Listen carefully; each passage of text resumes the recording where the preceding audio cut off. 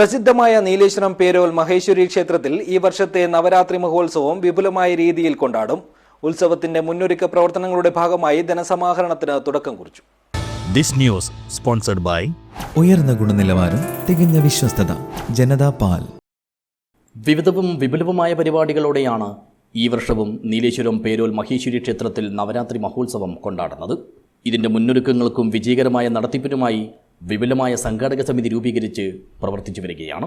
October 11 മുതൽ ആരംഭിക്കുന്ന ആഘോഷ പരിപാടികളുടെ ഭാഗമായി സാമ്പത്തിക സമാഹരണത്തിനും തുടക്കം കുറിച്ചു.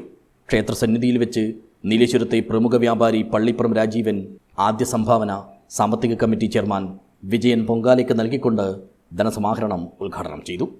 ചടങ്ങിൽ ആഘോഷ കമ്മിറ്റി ചെയർമാൻ രാധാകൃഷ്ണൻ അധ്യക്ഷനായി. നളിനി രാജീവൻ, പത്മനാഭൻ, ഇ വിജയകുമാർ എന്നിവർ സംസാരിച്ചു.